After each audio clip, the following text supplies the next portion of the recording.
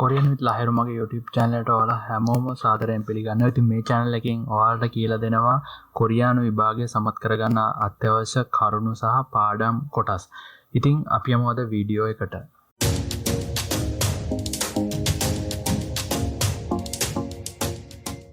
හොඳයි, ඉතින් අද මම ඔයාලත් එක්ක කතා කරන්න යන්නේ ව්‍යාකරණ අංක 19 යටතේ රෝ සහ අරෝ. ඉතින් මේ රෝ අරෝ කියන එක ඔයාලට ගොඩක් වැදගත් වෙනවා. මොකද ඔයාලට විභාගයට මුහුණ දෙනකොට ඔයාලට හිස්තම් පුරවන ප්‍රශ්න වලට මේ රෝ අරෝ සම්බන්ධ වෙලා තියෙන්න පුළුවන් 80ක් 90ක් විතරම. ඔයාලට උත්තරේ තෝරද්දි ඉතින් මේවයි තේරුම් දැනගෙන ඉන්න ඕනේ. ඒ නිසා මේක යෙදුනහම කොහොමද ඒ උත්තරේට එන පදේ වෙනස් වෙන්නේ කියලා. හොඳයි, අපි යමු අද පාඩමට. හරි, ඉතින් මේ යටතේ මුලින්ම මම ඔයාලට හඳුන්වලා දීලා තිනවා රෝ කියන එක කියන්නේ මොකක්ද කියන එක සරලව හඳුන්වලා දීලා තිනවා. ඉතින් මේක ගොඩාක් ලොකු අමාරු දේවල් නෙමෙයි. මේක ඔළුවට වචනේ පොඩි වුණාට ඒවට ඔළුවට දා ගන්න ඕන අනිවාර්යයෙන්ම අමාරු නැහැ. ඒ වුණාට ඔයාලට මේක මතක තියාගන්න ලේසි. හරි, ඉතින් මුලින්ම මේ රෝ කියන එක දෙකම අරගෙන ඒ යටතේ චූටි හැඳින්වීමක් කරලා තිනවා ඔයාලට. හරි, ඉතින් මේක පළවෙනිම මම ඔයාලට කියන්නම් මේක ස්ථාන නාම පදයක් සමග සම්බන්ධ වී. ඒ කියන්නේ මේක ස්ථාන නාමයක් නාම පදයක් සමග සම්බන්ධ වුණාම එම ස්ථානයට, ඒ කියන්නේ ස්ථාන නාම පදයට රෝ කියන එක සම්බන්ධ වුණාම අපි එකකින් හඳුන්වන්නේ එම ස්ථානයට ඔයා හිතන සාමාන්‍යයෙන් පන්සල කියලා ගත්තාම මෙතන දිශාවක් තමයි මේ රෝ කියන එකෙන් එන්නේ. ඒ කියන්නේ පන්සලට අන්න එහෙම තමයි මේක සම්බන්ධ වෙන්නේ. ඒ කියන්නේ එහෙම නැත්නම් පන්සල දෙසට. අන්න ඒ වගේ අදහසක් තමයි මේකෙන් එන්නේ. හරි. ඉතින් මේක ද්‍රව්‍යමය නාම පදයක් සමග ද්‍රව්‍ය නාම පදයක් සමග සම්බන්ධ වුණාම එම ද්‍රව්‍යයෙන්, ඒ කියන්නේ ඒකෙන්, එම ද්‍රව්‍යයෙන් අන්න ඒ වගේ දෙයක් තමයි ඒකෙන් අදහස් වෙන්නේ. ඉතින් මේකත් අර සුපුරුදු පරිදි ඔයාලට අවසානයේ අනුව ලකුරන් නම් රෝ එකතු වෙනවා, සොරයන් නම් රෝ එකතු වෙනවා. ඉතින් මේක ඔයාලා අනිවාර්යෙන් මතක තියාගන්න ඕන. අවසානයේ හල් ලකුරක් නම් රෝ වෙනවා, සොරයන් නම් රෝ වෙනවා. හරි.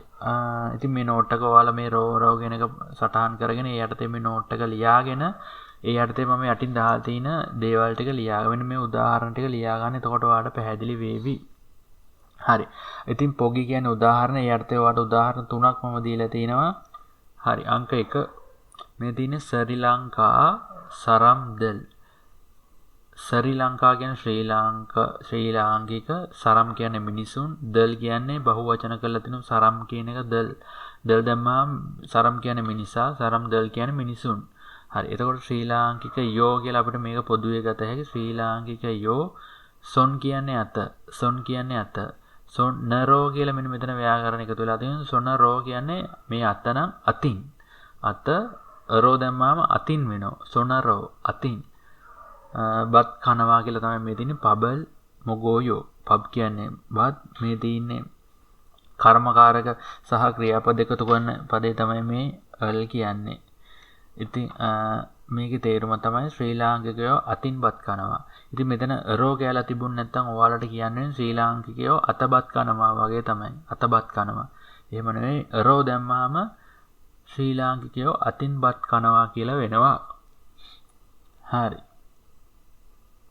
ඊළඟ තමයි ඒක ශ්‍රී ලංකා රෝ. ශ්‍රී ලංකා කියන්නේ ශ්‍රී ලංකාව, රෝ කියන්නේ ට. ඒ කියන්නේ ශ්‍රී ලංකාව දෙසට. ශ්‍රී ලංකාව දෙසට ඒ පැත්තට. තෝන් කියන්නේ මුදල්. මේ තියෙන කර්මය, මේ තියෙන ක්‍රියාපදය තොනරෝ පොනයෝ.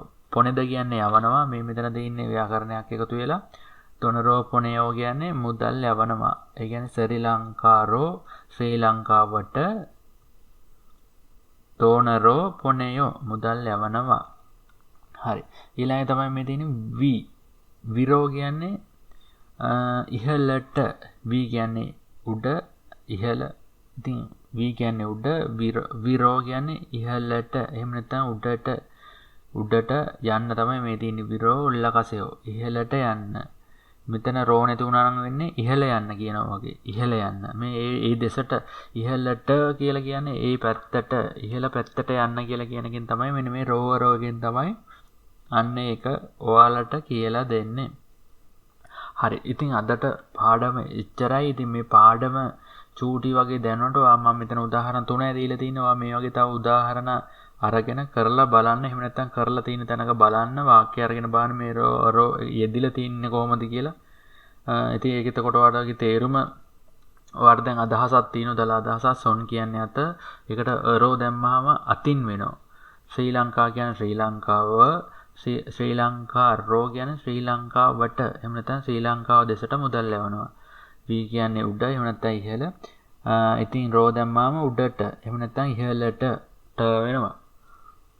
හොඳයි. ඉතින් ඔයාලගේ නෝට්බුක් එකක මේක සම්පූර්ණ කරගන්න නම් මේ රෝ කියන එක ලියලා මෙන්න මේ නෝට් එක ලියලා ඒ යටතේ මේ උදාහරණ තුන ලියලා තියාගන්න.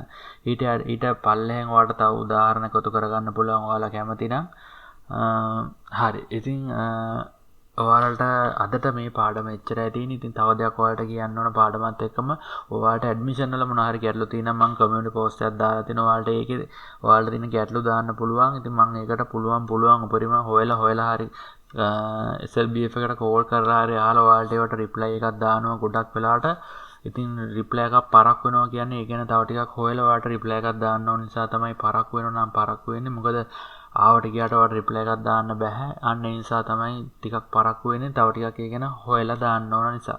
හරි එහෙනම් අදට මම ගිහිල්ලා එන්න. හරි. තව දෙයක් කියන්න තියෙනවා. ගොඩක් අයට ඇඩ්මිෂන් එක ඇවිල්ලා නැහැ කියලා කියනවා මැසේජ් එක. ඉතින් ඇත්තටම මැසේජ් නම් ඇවිල්ලාම නැති තරම්.